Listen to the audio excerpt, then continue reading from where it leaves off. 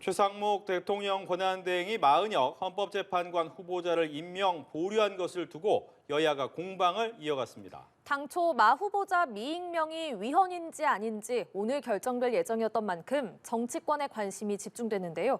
국회로 가보겠습니다. 이다현 기자, 여야 반응 전해주시죠. 네, 여야 모두 오늘 아침 회의에서부터 마은혁 후보자 문제를 거론했습니다.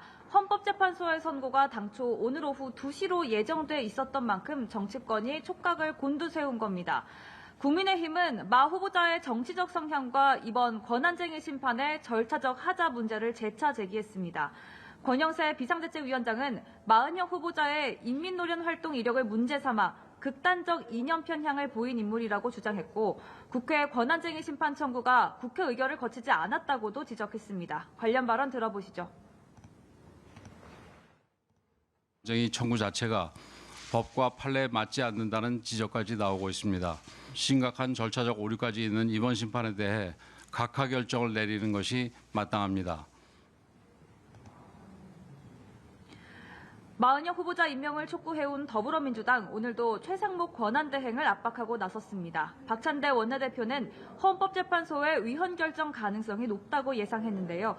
그러면서 최 대행이 마 후보자를 즉시 임명하지 않으면 내란 공범이라는 결정적 확증이라고 경고하며 탄핵 가능성도 시사했습니다.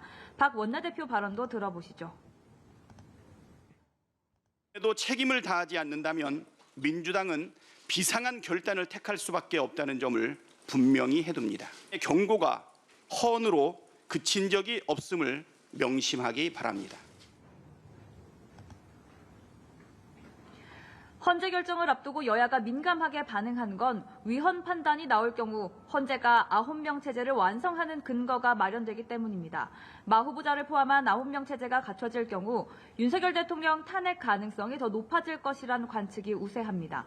정치권의 압박 속에 최상목 대행은 신중한 태도를 유지하고 있습니다. 정부 관계자는 일단 헌재 선고문을 보기 전까지는 어떤 것도 예단할 수 없다며 정해진 방침은 없다고 선을 그었는데요. 최 대행은 헌재 결정이 나오면 법무부와 법제처의 선고문 검토 의견을 듣고 국무위원들과도 추가 논의를 나눈 뒤 결론을 내릴 것으로 전망됩니다.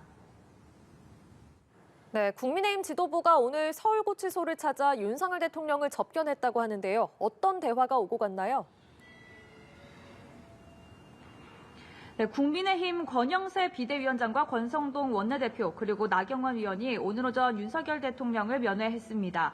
접견은 약 30분간 이어졌습니다. 나경원 의원은 접견을 마치고 기자들과 만나 윤 대통령이 사실상 의회가 민주당 일당 독재로 진행되며 어떠한 국정도 수행할 수 없다면서 무거운 책임감을 언급했다고 전했습니다.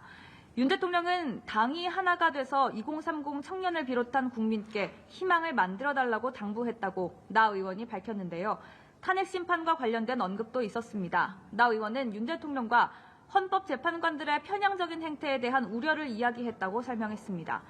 권영세 비대위원장도 국회에서 기자들과 만나 윤 대통령이 국제정세 변화에 직면한 우리 경제를 걱정했다면서 나라를 이끌어가는데 당이 역할을 해달라는 취지로 말했다고 전했습니다.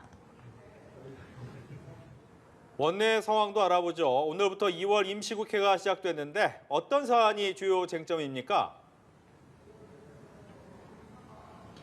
먼저 반도체 특별법 통과 문제가 주요 현안으로 떠올라 있습니다. 국민의힘은 연구 인력의 주 52시간 근무 예외를 특별법에 적용하자는 입장입니다. 권성동 원내대표는 오전 회의에서 민주당 이재명 대표가 AI와 반도체의 중요성을 인식하고 있는지 의심스럽다며 이런 내용의 반도체 특별법 통과를 촉구했습니다. 민주당은 당 정책토론회를 진행하는 등 반도체 특별법에 대한 당내 의견을 모으는 작업에 들어갔습니다. 오늘 토론회 좌장을 이재명 대표가 직접 맡기도 했습니다. 노동계의 반발이 작지 않은 상황이지만 중도층 공략에 나선 이재명 대표가 전향적으로 재개 요구를 받아들일 것이란 관측도 제기됩니다. 추가 경정예산 편성 문제도 쟁점 중 하나입니다. 민주당은 국정협의체를 가동해 추경 논의를 시작하자는 입장이지만 국민의힘은 민주당이 일방적으로 강행 처리한 본예산 보완 추경이 돼야 할 것이라며 시각차를 보이고 있습니다. 지금까지 국회에서 전해드렸습니다.